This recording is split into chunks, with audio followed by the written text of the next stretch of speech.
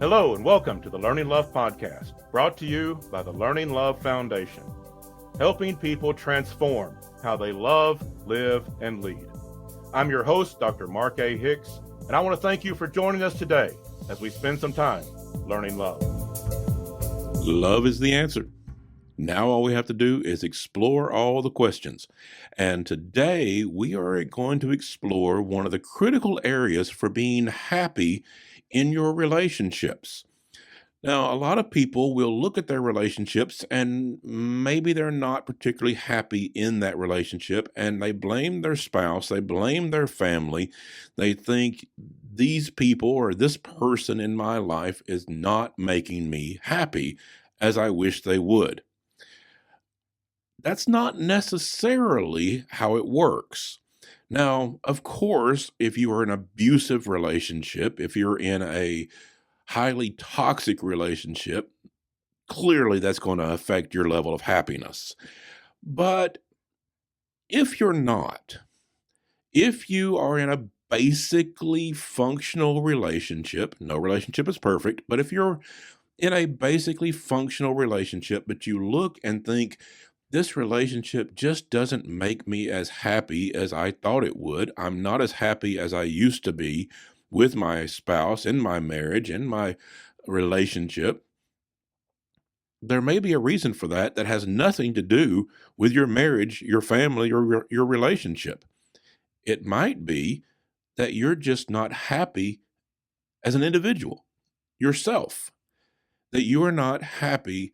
And so you are projecting that onto your family or your spouse, thinking they should make you happy. And when they don't, it's a failure on their part. That's not usually true if you are in a basically functional relationship. Now, again, if you are in an abusive relationship, obviously that relationship is not going to make you happy. Or a highly toxic relationship is going to make you miserable. But if you are in a functional relationship that is basically working, but you're not happy, they are not making you happy, look to yourself first. And today I'm going to give you some ideas on how that works, some science behind being happy. Because when we are happier as an individual, we are happier in our relationships.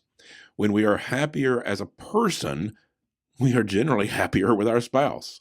We may find out it wasn't them, it was us, that we are not as happy as we could be or want to be, and we're projecting that, thinking that they should make us happy if they love us. That's a really dangerous attitude, and it really takes a toll on a relationship because no one can make you happy. And so today we're going to talk about what happiness is, the science behind it, how it actually works, and how you can become a happier person and therefore have a happier relationship. Be happier in the relationships in your life, particularly the ones that are closest to you, particularly in a relationship like a marriage. When you are happier, you'll have a better marriage. When your spouse is happier as a person, you will have a better marriage. When two happy people are together, it generally becomes a happy marriage. And so this is an important thing to understand. What makes us happy?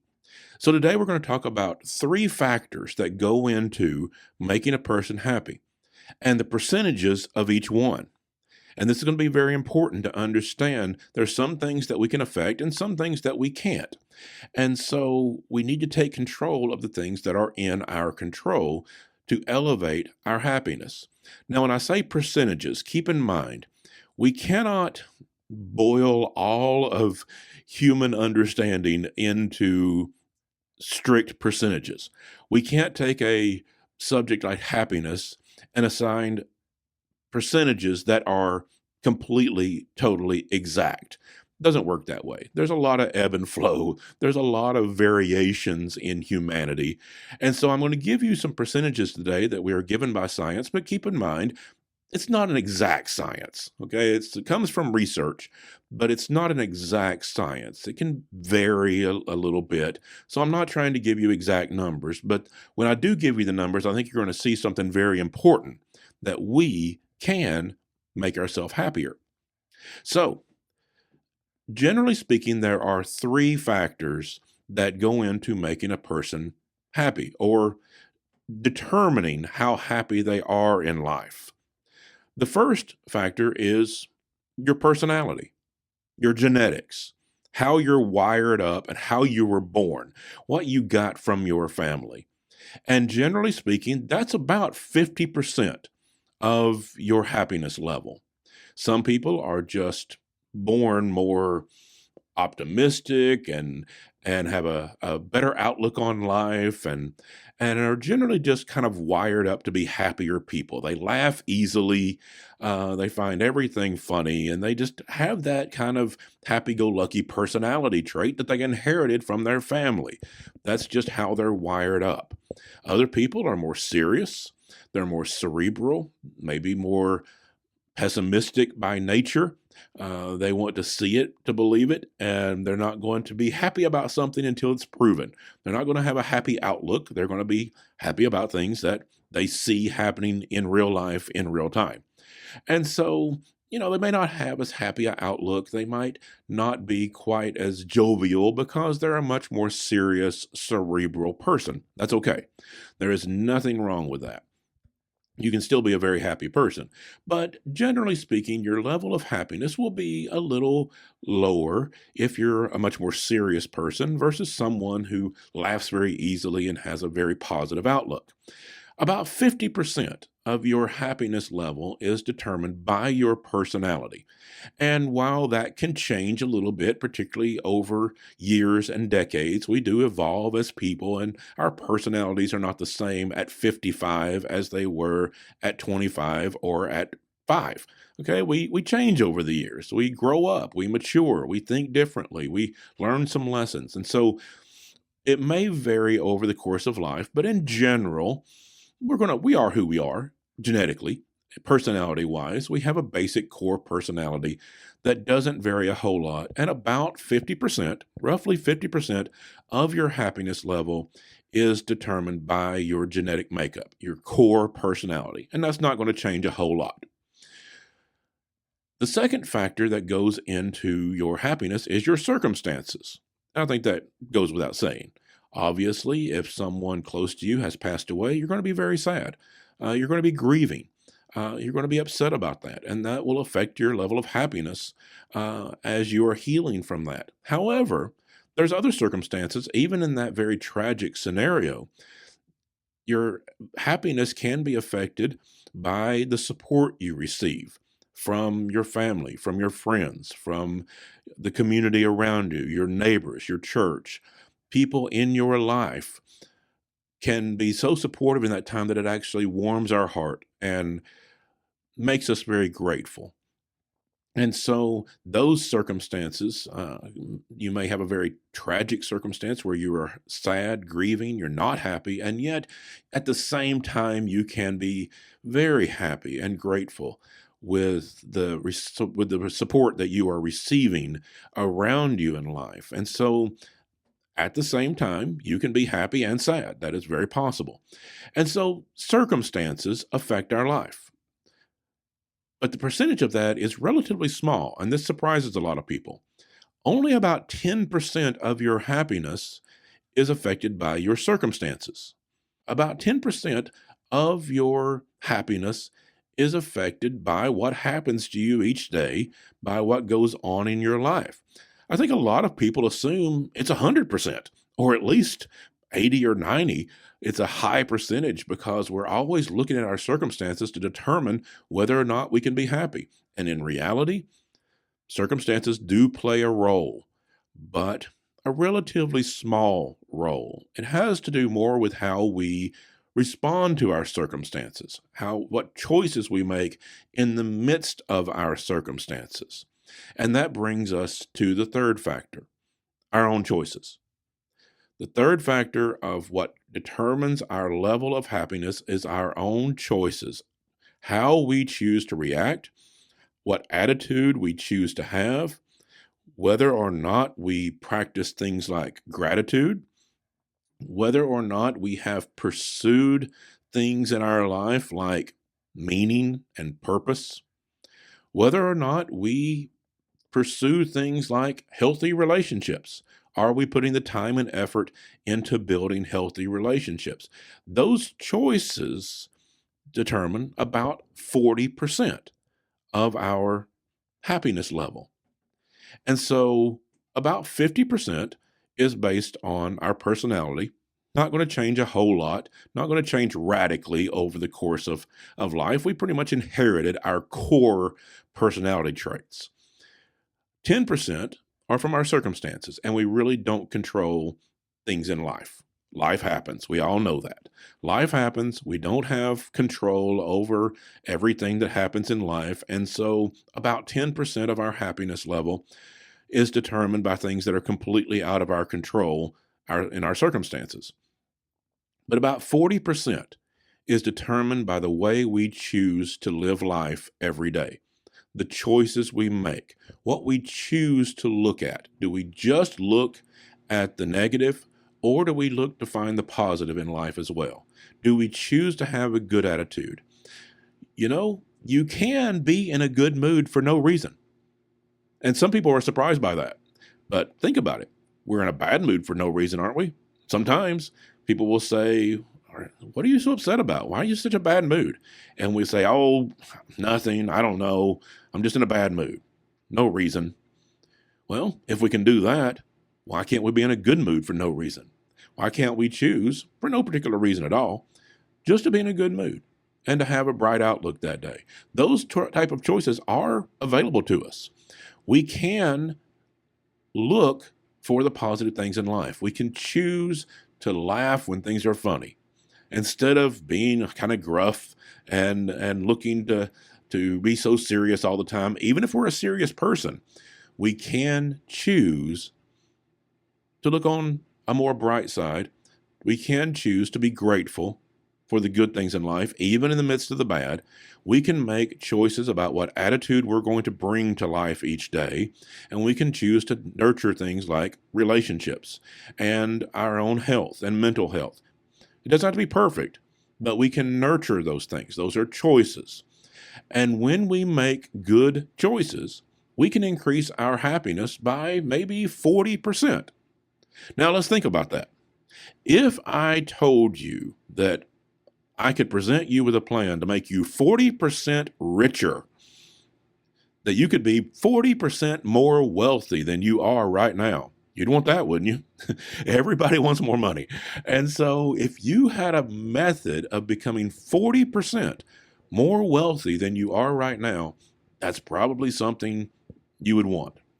Or what if I told you that I can give you a plan that will make you 40% stronger physically, that you will have 40% more strength in your body? A lot of people would want that. That would help a lot of things in life. If we were stronger, if we could do more physically. So those are things that we would probably want if we had it within our power to increase by 40%. Well, we have that when it comes to happiness. Generally speaking, and again, these numbers are not an exact science, but they are in general a very helpful tool for understanding happiness. And so roughly 40% of our happiness can be increased because we work at it, because we choose to work at being happier. We don't just look to our circumstances and think, well, I'll be happier when my circumstances are happier. Yes, circumstances will certainly affect things, but not as much as people think. And some people may say, well, I'm just not like that. I'm not wired up to be a happy person. Well, that may be true about 50%. That may be about half true, but there's a lot of other things go into play other than our core personality traits. So think about what it would do for your life and for your relationships, for things like your marriage, if you were 40% happier than you are today. If you increased your happiness level by a strong percentage, maybe 10, maybe 20, maybe all 40%, because you started making better choices. You started nurturing things that relate to happiness, gratitude, pursuing meaning and purpose in life, pursuing health, physical health and mental health, Again, none of that has to be perfect, but as we pursue those things, we nurture those things, we look to have a good attitude as best we can, even in difficult circumstances. We look to laugh in life. We look for opportunities. We, on purpose, seek out opportunities to laugh and to enjoy life. We do the things we enjoy on purpose. We take care of ourselves and do the things that make us healthier and happier. Then we can increase that by up to 40%. And when we do that, that's going to affect the people around us. That's going to affect our marriage. That's going to affect our family. They're going to look and see, wow, you've been easier to get along with lately. You have been much happier lately. You've been much more easy to live with lately. You've been much more fun to be around lately because you're simply happier. Now, that doesn't mean that we're going to be happy every minute. Again, if someone dies or some tragic circumstance, we're going to grieve that, and that's fine. That's needed. That's part of life. And we don't radically change our personality. We're not going to transform into another person because our core personality is basically set. But we can change our attitude. We can increase the level of happiness we experience by our own choices. And when we do that, happy people tend to have happier relationships. This would be a great thing for a couple to do together. This would be a great thing for a couple to decide, we're both going to work on ourselves individually, and we're going to work to have better attitudes, to have more fun, to take care of ourselves better physically and emotionally, mentally. We're going to do the things of life to build meaning and purpose in our own personal life so that we can be as happy as possible. Given our circumstances, given our personality, we're going to be as happy as we can, and that's going to make us happier as a couple. It's not perfect, doesn't need to be, but if a couple decides they're going to work on their individual level of happiness, they're going to tend to have a happier marriage. And so I encourage you to work on that, to take the time in your life to work on being happier. You're not going to transform your personality. You're not necessarily going to change your circumstances, but you can affect your level of happiness at a pretty dramatic level, around 40% potential. And that's pretty dramatic. That's a lot of change in your life. And so work at it. Make it a priority. Look to make yourself happy through your attitude and your choices. And you can affect not only your life, but your marriage, your family, the people around you, and encourage them to do the same. It is a tough life out there, okay? Circumstances aren't always going to be good. It is tough out there. And so if we are going to be healthy, happy people in healthy, happy marriages, it's not going to just happen. It's not going to just magically happen in our life. We're never going to line up our circumstances perfectly. So we need to work on ourselves. Work on yourself. Encourage the people around you to do the same. Show them this podcast episode and let them work on themselves as well. And you can build happier, healthier lives. And that leads to happy, healthy relationships. And that's my thoughts today as we are looking to build the relationships that we truly want, need, and deserve in our lives. As we sign off today, I want to make a very exciting announcement. I have launched a second show. Now, I'm still the host of the Learning Love podcast. You can count on having this podcast available each week. But I have a second show now. It's called Today's Insight, and it's a reflection on the news, world events, cultural issues, and how we can look at what's happening in the world and work to be a decent person anyway. We know it's tough. We know there's things out there that are difficult. There's a lot of things happening right now with a lot of controversy. But how do we look at that through a lens of compassion, decency, connection, love? I want to help you do that. Let's take a look at the world, what's happening right in front of us, and let's figure out how to be good, compassionate, decent people of love in the midst of a difficult world. It's on YouTube. Go to YouTube and look for Mark A. Hicks video. Mark A. Hicks video. and take a look at today's insight. As always, thank you so much for listening. Until next week, love well, everyone.